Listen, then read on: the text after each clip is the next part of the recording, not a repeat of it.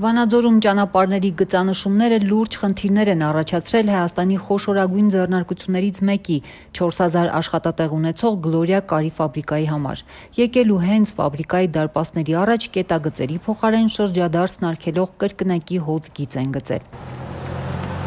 Ֆաբրիկայի սեփականատեր Բագրատ Դարփինյանն ասում է, օրական 5-6 մինչև 15 մետր երկարությամբ բեռնատար է ելում մուտանում։ Երևանյան խճուղին շատ նեղ է ֆաբրիկա մուտք գործելու համար, պնդում է, թե հոծ գծերն արտադրությունը կկանգնեցնեն։ Հիմա ոնց որ գան մի հատ գործանի շրջագիծը փագեն, ասեն չմտնեք։ Ես հլա ոչինչ, իմանք ղեկավար գնացի վերևը պատտվեցի, եկա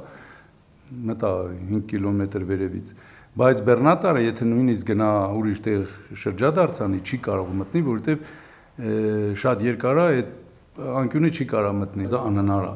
Եթե դա փակվի, մեր գործանը չի կարող աշխատի։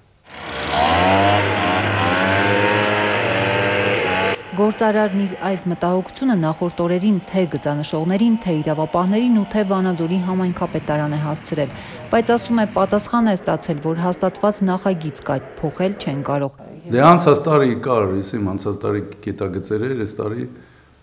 այդ գծողը ջղայնացել էր, ասավ հոծկից եմ գծում։ Ծեվի մոտավորապես անցած տարի կետագիծ էր։ Նշագծող ընկերության ներկայացուցիչները, որ չցանկացան ներկայանալ, Ազատությանն էլ ասացին, որ պարտավոր են նախագծով շարժվել, դրանից շեղվել չեն կարող։ Ոչ, նախատեսված չի։ Ու չեկել անելու։ Դե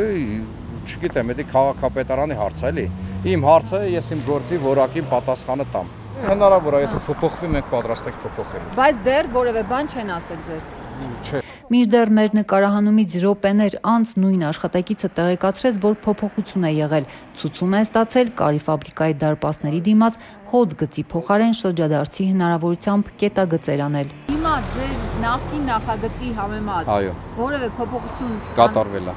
Ինչ է կանելու։ Մուտքերը երևի բացվել է։ Ում կողմից ստացաք, այսինքն ձեր ղեկավարն ասաց, որ արդեն տեղ։ Չէ, քաղաքապետարանից։ Վանաձորի համայնքապետարանից Ազատությանը հայտնեցին, որ ճանապարհային գծանշումները հատկապես միջպետական ճանապարհների դեպքում ճանապարհային դեպարտամենտն է կազմում, իսկ Վանաձորի ավականին հաստատում։ Վերջին անգամ ավականին 2019-ին է հաստատել քաղաքի նշագծումների սխեման։ Անցած 6 տարիներին հենց ավականու հաստատած այդ որոշման հիման վրա էլ գծանշվել են Վանաձորի փողոցները, ասում է համայնքապետի մամուլի խոսնակը։ Հաշվի առնելով, որ դա Վանաձորի մեծագույն խոշորագույն արտահանողներից մեկն է, տեքստիլ ֆաբրիկան, թույլտվություն տրվել է, որպեսզի այդտեղ լինեն կետագծեր եւ մեծ մեքենաները կարողանան օգտվել այդ հատվածից։ Ինչու դա չէր դիտարկվել մինչև դժգոհություն արտահայտելը, մինչև հարցը բարձրացնելը, մինչև այնտեղ լրագրողի երևալը։ Ես չգիտեմ դա երբանից է դիտարկվել, ճիշտն ասած, բայց կարիքի արդեն կատարվել է։ Գլորիայի սեփականատեր Բագրատ Դարփինյանն այն գործարարն է, որ անցած տարի մեղադրվեց շինարարական ընկերության միջնորդությամբ համայնքապետարանի քաղաքաշինության բաժնի պետ Սուրեն Աբովյանին մոտ 2 միլիոն դրամի կաշառք տալու համար։ Ըստ դատական գործի գործարարն այդ գումարը համայնքապետարանի պաշտոնյային փոխանցել էր կարի ֆաբրիկայի նախկին տարածքում կառուցված շինությունների ավարտական ակտերն առանց քաղաքաշինության տեսչական մարմնի եզրակացության ստանալու համար։ Մեկ ամիս առաջ Գլորիայի սեփականատեր Բագրատ Դարփինյանը 2 տարվա ազատազրկման է դատապարտվել։ Դատարանը որոշել է ազատազրկումը պայմանականորեն չկիրառել եւ սահմանել փորձաշրջան 1 տարի ժամկետով։ Դատարանը նաև որոշել է, որ առանց վերահսկողություն իրականացնող մարմնի համաձայնության չի կարող Հայաստանի սահմանը հատել կամ փոխել բնակության վայրը։ Խոշոր գործարարը, որ հաճախակի է միջազգային գործընկերների հետ հանդիպման անհրաժեշտություն ունենում, ասում է, մեծ խնդիրների առաջ է կանգնում արտադրությունը կազմակերպելիս։ Դե տհաճ երևույթ է հիմա, չեմ կարողանում հանրապետությունից դուրս գամ, գործընկերներից հետ չեմ կարողանում հանդիպեմ, տոնավաճառներ կա, չեմ կարողանում գնամ մասնակցեմ։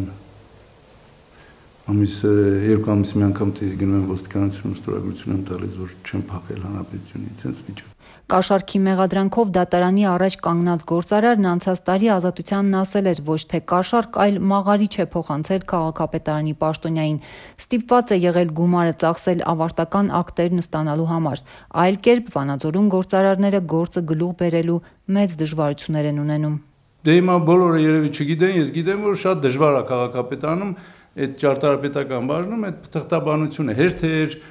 ժամանակի կորուստ, ներվերի կորուստ։ Նրանից ըստ քննիչների շինարարական կազմակերպության սեփականատեր Սամվել Մարգարյանի միջոցով 2 միլիոնի կաշառք ստացած Սուրեն Աբովյանը դեռ տնային կալանքի տակ է։ Իր գործով դատաքննությունը չի ավարտվել։ Դատական գործի համաձայն նա եւս 2 գործարարից է կաշառք ստացել շինարարական կազմակերպության միջնորդությամբ։ Միայն այս 3 դրվագով Սուրեն Աբովյանն ըստ մեղադրանքի ավելի քան $25,000 կաշառք է ստացել։